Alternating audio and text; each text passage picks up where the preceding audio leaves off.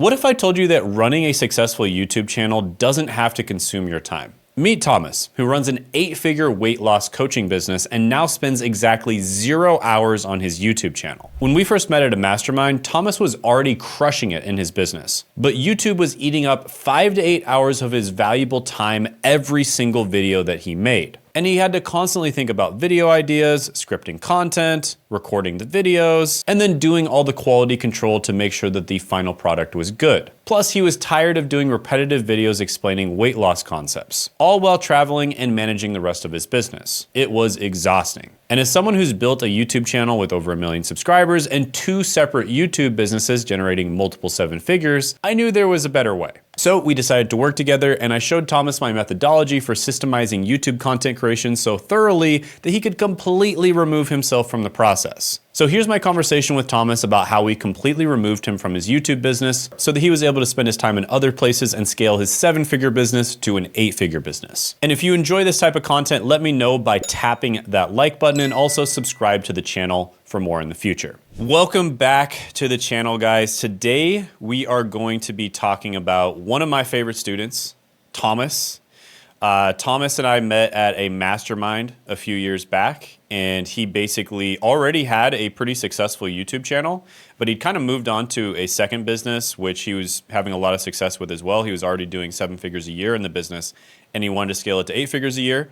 YouTube was taking up a lot of his time, and he basically, wanted some help kind of dialing in YouTube, having better methodology, having kind of a system around content creation, and really just treating YouTube like a business so that it didn't take up a lot of his time. And so I helped him dial that in, and now he's crushing it even more. He doesn't have to spend that much time on his YouTube channel. And I thought I'd bring him on the channel and have him, talk about, what he learned, and maybe you guys can get a little bit of value out of that. So welcome to the channel, Thomas. Really appreciate it, man.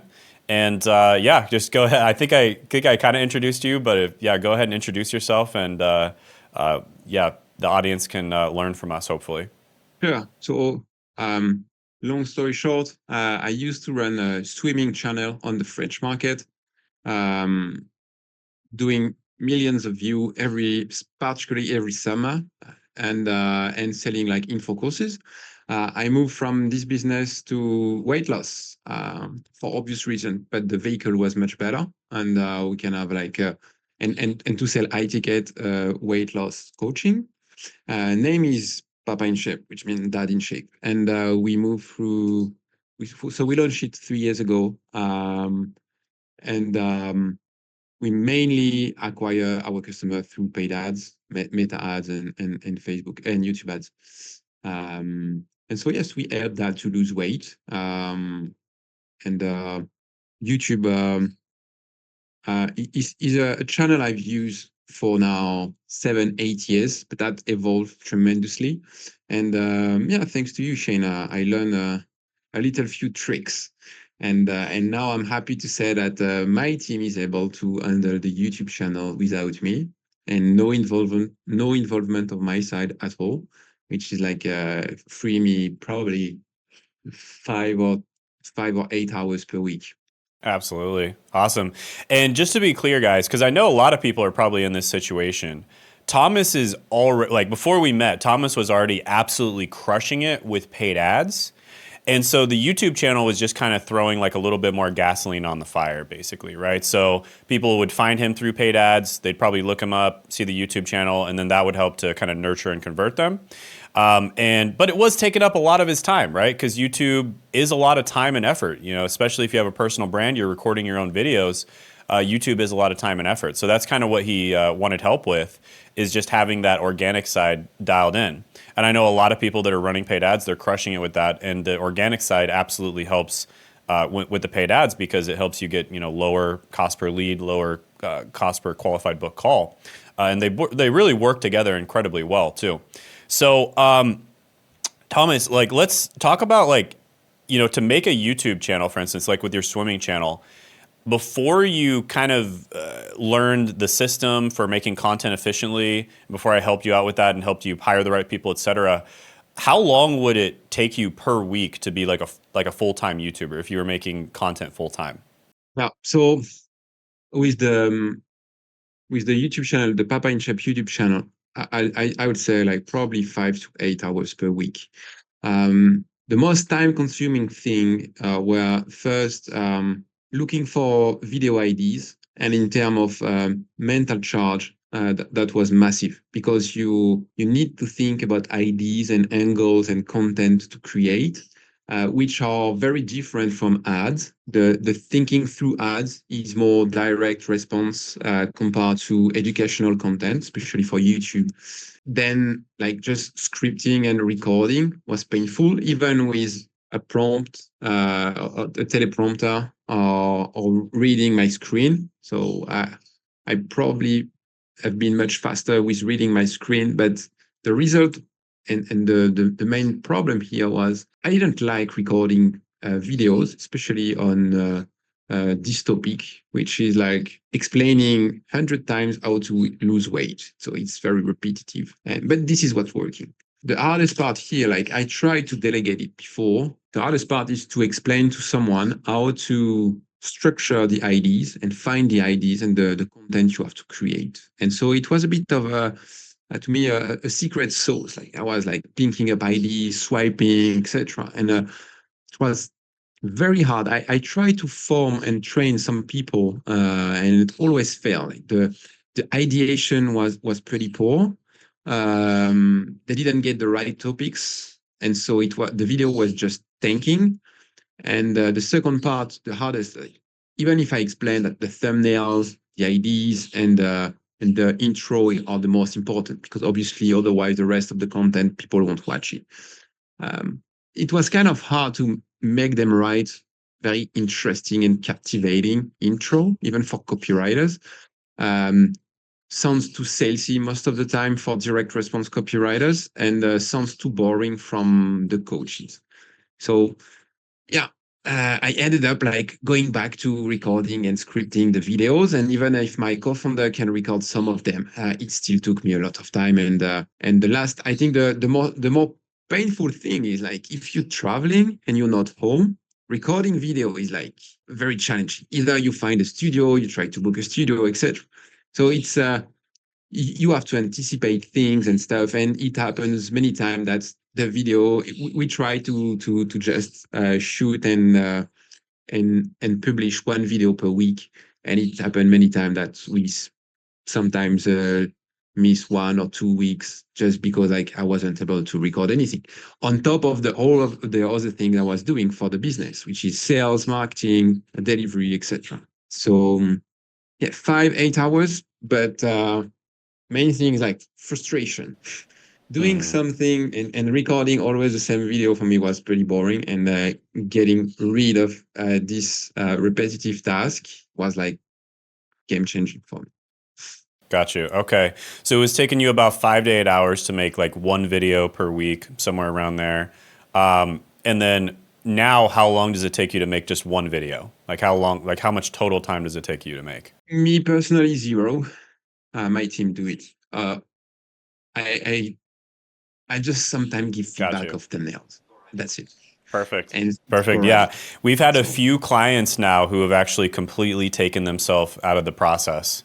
So they've just completely removed themselves from the brand and taken themselves out of the process and still, kept it going. So yeah, not everyone does and you that. know what? Some people just like Yeah, record it themselves and then everything else is done for them. But yeah, that does work with a lot of people. it really depends of personality. To me, I prefer to not being the face of the brand as well. But you know what? Like it's even working better now that my team is handling it than when I was doing it myself. Because obviously, when you focus on one thing, and my team, we have one person dedicated to scripting, recording, everything, and we have a second person dedicated to Yeah. record and editing.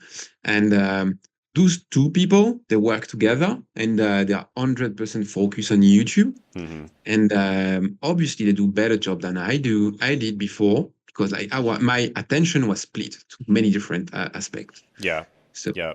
yeah, So yeah, just to be clear, guys, Thomas was already good at YouTube when we first met, right? And he was, so he was already like pretty advanced. So he already had a channel that, had a couple 100,000 subscribers, had gotten millions of views. And it still was taking him around 5 to 8 hours per video, but then we dialed it in even further, and now it takes him pretty much 0 hours per video. Another thing that I wanted to touch on, because I do get quite a few clients from markets that are non-English speaking markets. We're getting a lot of like Spanish speaking market, French speaking market, that kind of thing. And they're a little bit worried. They're like, Shane, I know that your system works, but I don't think you're going to be able to help me hire anybody to do your system because it's a different language, right? They don't speak the same language.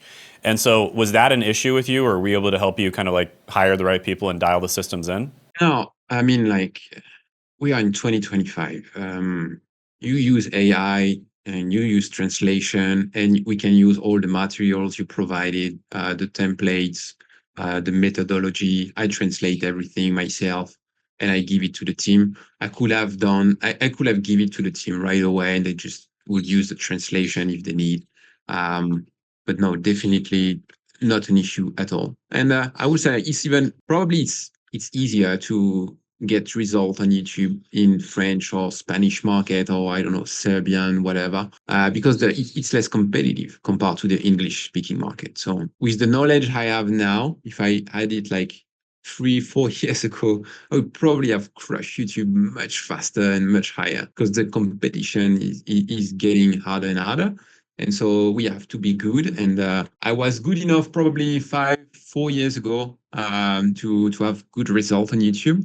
I went through your courses and your materials in general. I learned like many things that I didn't know at that time. It challenged me on. I thought I was good at YouTube, but when I compare to your level of like precision and dedication around like the YouTube itself, I was like, yeah, Shane knows much more than I do, and I really needed this update to make YouTube more performing. Awesome. Awesome. I appreciate that.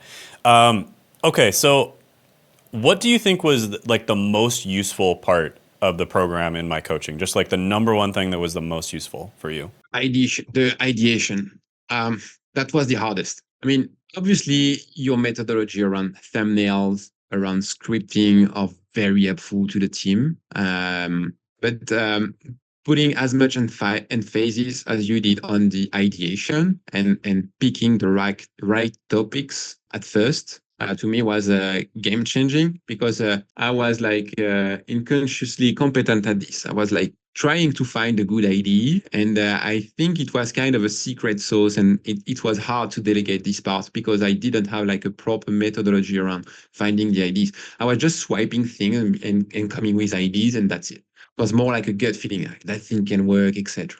But you have like a very specific methodology on how to pick topics and subjects, comparing, and how to do it properly, use swiping. And so once I've went through yours, we've done one video with 100K views in the first 3 months.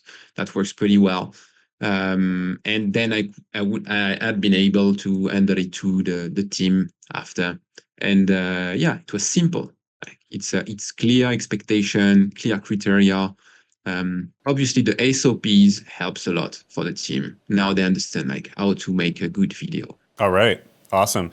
Yeah, I would say, one thing I hear all the time is people are like, I feel like there's no more ideas. Like I've talked about everything already. And I mean, if you follow my methodology for ideation, you will literally never run out of video ideas. Like it is impossible to run out of video ideas, and not just video ideas, but good video ideas whose time is right now, right? Like video ideas where people are, there's a starving crowd of people that want to hear about that idea right now. Not 5 years ago or 5 years in the future, but right now. This is the time to talk about that idea. And that's exactly what my methodology teaches, is to find those ideas that are good right now and are very likely to work. So, yeah. May I add also a second point?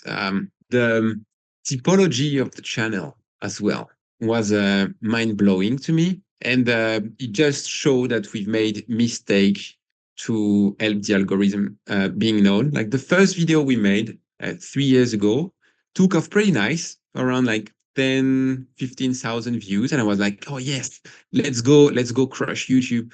And I did the second and it just tanked. And I didn't know why.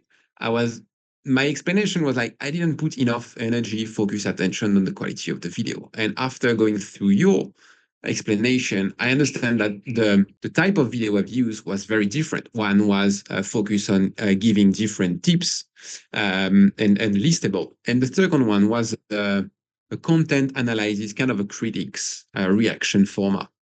Mm-hmm. And people were like not used to, were not, the people who saw the first video was looking for listable. And then when I did a React format, I understand why the algorithm didn't push it more.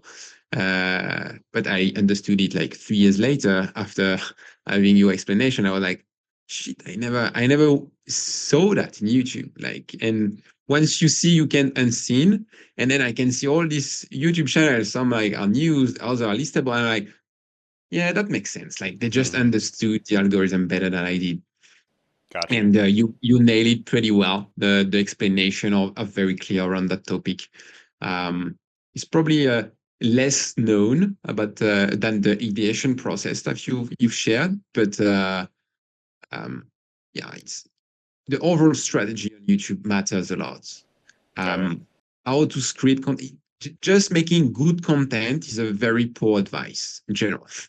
Um, Yeah. this is something I've heard like, oh, you want to make a YouTube channel, just make good content. Yes, right. But there is more at this, right? Yeah. It's very Yeah. basic level surface understanding of the algorithm of YouTube. Absolutely. I mean, people could say like just you could think of like any other industry. Like you could just say, oh, just make good food, and if you want to start a good restaurant. Well, if nobody's familiar with your type of food, like if nobody knows what you invent some random food that nobody's ever heard about, and it's just like it's good, but nobody's tried it, and nobody wants to try it. Like, you know, it doesn't matter. There's like way more to business than just like make good content or make good food. Like obviously you want to make good content, but the idea matters, the way you deliver the idea, the packaging of the video, like all of that matters significantly. But when it comes to keeping people watching your channel, then making good content becomes really important. But you got to get those people in the first place to keep them watching the channel, essentially. So one thing I would say, like the most common objection that I get from business owners, especially like a very serious business owner like you. Those are typically the types of people I work with is business owners that want to grow and make money on YouTube, or YouTubers that have a large channel but they're not monetizing the way that they want to monetize, and they want to figure out how to actually monetize effectively and really turn it into a business. And the number one thing I always hear as an objection is time. They think that they don't have enough time to do YouTube. They think it just takes too long. It's gonna take up too much of their time. They're gonna and also their energy as well. And you were someone when we first met. You were at 7 figures, trying to scale to 8 figures. Now you have done that, and a large part of that is saving yourself time. You're extremely ruthless with your Yeah, time, right? And yeah. so, could you maybe just talk to that business owner and just kind of give them some expectations about maybe how much time it would take, and if it does take too much time to do YouTube? Yeah. So regarding this belief or objection about time and time consuming, I would think in terms of bets and return on investment. And here I'm talking investment in terms of time, because now 7 years later, I have some interesting experience. My first YouTube channel about swimming courses is still doing millions of views. I haven't published any video for 4 years. To me, YouTube is like having a very nice real estate piece of real estate on a big avenue with a shit ton of people walking through and walking by. This is what YouTube is. Instagram isn't like this. Twitter isn't like this. SEO isn't like this anymore. SEO is dying. Um, Only YouTube is like this. And this is amazing. Like, if you are like, I don't have time for that, I understand. Like, but the more interesting question is like, what's the best bet you can make in order to grow in the future? And having a YouTube channel to me is one of the key pillar in terms of organic content you should have. Maybe you are very heavy on already on organic, maybe LinkedIn, or it's a very professional one. Um, Maybe you already heavy on Instagram. Fine. Um, Keep going and keep crushing this.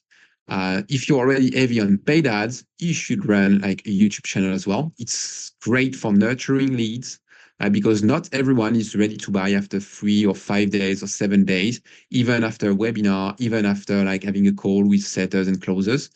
Some people need to be nurtured much longer, and YouTube is great for that. Um, but it also can becoming a very interesting channel to attract new customers, especially if you are in the high ticket space. Now, this is for business owners. And I just speak like if I had to start a business again, I will start building my YouTube channel from day one. Um, because it's absolutely fantastic. Even if you're just working with word of mouth, like, oh, I know Thomas is a very great guy. Yes, okay. Can I see something about him? Yes. Read his books or watch his YouTube channel. You need long form content to make people understand what you're doing and how good you are at your skills. Mm-hmm. And now, if you're already a YouTuber and you don't know how to monetize, well, I can say not every topics can be monetized equal. For sure, if you're in finance, it's probably much better and much easier to monetize than if you're into swimming. Swimming is Mm-hmm. pretty hard to monetize. I have the experience around that. Um, Now, in terms of time, it's the same. Like if you don't know how to monetize your YouTube channel, how much you're losing per year not doing that. So it's kind of obvious to me, but the return on investment of how to monetize your existing audience is like crazy. I've met some people doing like low ticket for 3, 4, 5 years and struggling and fighting to just grow their business by 10, 15% per year. Mm-hmm. And once they do the high ticket on the back end, they just like double or triple their business in 1 year. And I'm like, yeah, Yeah. it costs you millions not knowing how to sell high tickets on the back end. We had somebody 20x their business in a year recently by switching to high ticket.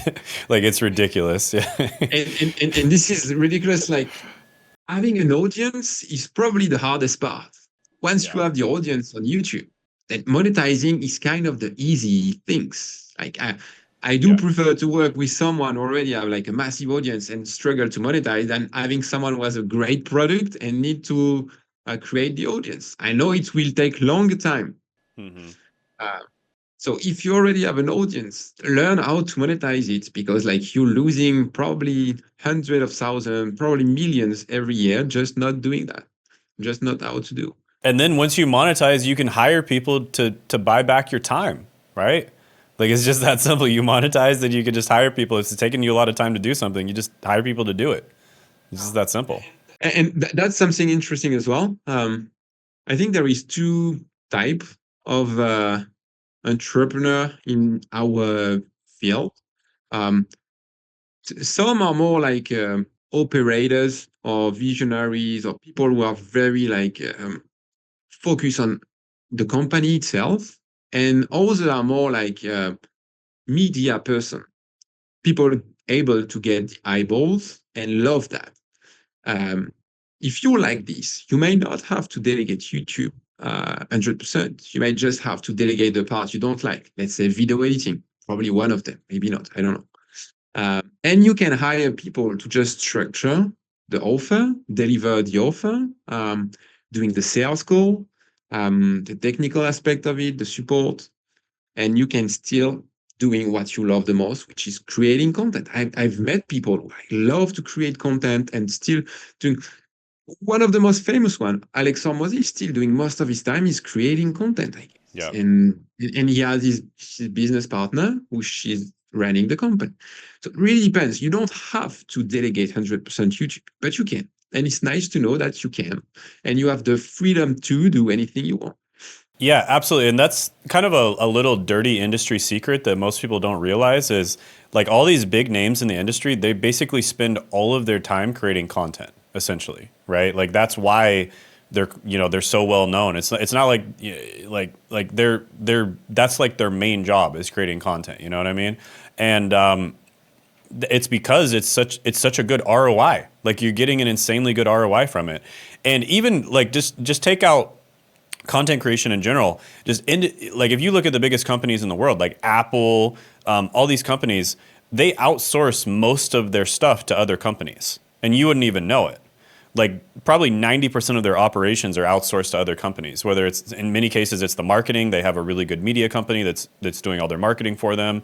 But the one thing that's not outsourced is the brand, right? That is the one thing. Like they make sure that they have their brand dialed in because they want people to have a certain experience when they experience their brand. And it's the same thing with YouTubers. Like they build the brand and then you can partner with someone else and start an agency. You know, like Neil Patel, for instance, he owns like 15 different companies now or something like that. And he just partners with people who are already good at what they do. And then he uses his own massive personal brand and his massive name to send traffic to those people, and then they take care of it, right? So it's just like that's kind of the new meta of what everybody's doing when it comes to this, and it's kind of like a little bit of a dirty industry secret, but you know I'm kind of revealing it. But yeah, it's content creation. You know, having that brand is just such an unbelievably powerful thing because it allows you to charge more. It allows you to be known as like the authority in whatever your niche or sub niche is, and people just flock to you. You know, and there's really no other type of marketing where you get paid to market your business. On my main channel, we're doing 70 something $1,000 a month in AdSense. Almost eight. I think this month we might do 80,000 in AdSense. You know, so we're literally getting paid nearly $1 million a year to market our business. Right? Like in any other type of advertising, you're going to be paying probably $1 million a year. We're getting paid $1 million a year to market our business, right? So, yeah, it's something that even if you're primarily running paid ads, maybe you're doing cold outreach, you know, depending on your niche, you might be doing one of those. You still should be creating content because people are going to look you up, right? And if you know, long form content is what really converts people. So when they look you up and they see like, oh, you've got a great YouTube channel, they start watching your YouTube videos, they get to know you, they get to know your company and your brand. That is the thing that really nurtures them, and it's going to get them to actually make the buying decision. So yeah, I totally agree with you there. And I would say just like anybody who's kind of on the fence about jumping in, you know, working with me, they're a business owner that wants to start on YouTube and grow their channel, or maybe they already have a YouTube channel, but they're not having some success. They want to scale it up, or they're a YouTuber who wants to figure out how to actually monetize their channel. What would you say to that person who's on the fence and thinking like, oh, should I work with Shane? Should I jump in and do this? What would you say to that person? I think you should ask yourself the a better question, which is like, what are the bets I can make to grow my company, or depending of your goals, and look at the equity value of the different bets you can make. And if you do it properly, you probably ended up like betting on growing your YouTube channel. Um, because in terms of long-term strategy, the cost of acquisition will decrease over time. And this is the only channel, I mean, content in general, but it's the only channel, organic content, that will decrease the cost of acquisition over time. If you take like cold outreach, generally speaking, it's a flat, or it's a linear cost of acquisition. Will like paid ads will be something like become more and more expensive over time and over scaling, which is not the case for content. It's decreasing over time and over year, because the bigger you get, it's like a big snowballs that take a bit of time to start, and then when it's rolling, it's getting so much traction that it creates a big moat on your business. And especially if you have a personal brand, it's kind of building the asset on yourself. Um, it's probably one of the best thing you can do in the 10 or 20 years horizon. So now about working with Shane, like I've worked with you. I've been very satisfied. I've watched a bit of what everyone is talking about. To me, I'm always looking at, is this guy legit in terms of, is he only selling the shovels, or did he dig gold himself? And I mean, on this, you are very legit. You've built a channel over 1 million sub, and a channel where you're not selling how to make YouTube, a channel where you are providing many type of services like for jobs, but nothing like about selling the shovels. And I'm always very, very cautious when people are only able to sell the shovels and never dig gold themselves. This is most of the time they don't really know what they're doing, and they're just like repeating or repurposing content from someone else. And I I would not recommend going for people who have not digging gold themselves. So yeah, to me it was obvious to work with you, and it's confirmed that. Right, I've checked on your content. I was like, yeah, it was kind of humbling for me. I thought I knew YouTube, and in fact, I didn't. I appreciate that. Yeah, that's something that like some of my mastermind buddies and I we kind of joke around about is the exact same thing. Like people who sell, they can only sell the shovels and they've never dug the gold themselves. And it's really common actually. YouTube coaches, like I'd say 98% of YouTube coaches, they just teach YouTube. Like they never actually started a channel outside of teaching YouTube, right? So it's just like, do you really know that this person knows how to teach YouTube, or do they know just how to sound like they're telling you what you want to hear so that you think they know how to teach YouTube, kind of, right? You know, and a lot of the time that's what it is. And plus, most people, in my opinion, and this is my opinion, but most people teach YouTube, even if they do know what they're doing, they teach YouTube in the wrong way. And what it'll lead people to is getting a lot of, if they're successful, they'll get a lot of views and subscribers, but they don't actually know how to make money, right? So they build their channel in such a way where they're getting a lot of views and subscribers, but first of all, they're spending way too much time on it. So they're kind of on that hamster treadmill where they don't know how to outsource their content. They don't know how to like build systems for their content, have other people help them make it. And so they're spending all their time making content, and then they're also not making very much money. And so they have to spend more time in order to make more money. And so they really can't scale the business. It's just not a sustainable business model. And I think most YouTube advice out there, even if it is good YouTube advice from people who know what they're talking about, is still wrong because it leads to an end product of the broke influencer, which we've all heard about.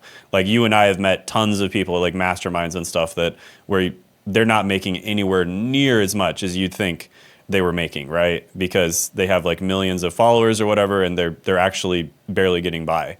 And that's just this phenomenon that I noticed over and over again. So I think even if they are giving good advice, in many cases, it's not the best advice, right? One thing that can be also important to look at is this person able to structure and explain things that will be easy enough for me to implement. And this is also something I will look at. And I think you're a great teacher in the way you are able to structure things and make it simple and structure everything as SOP so it can be delegated as well.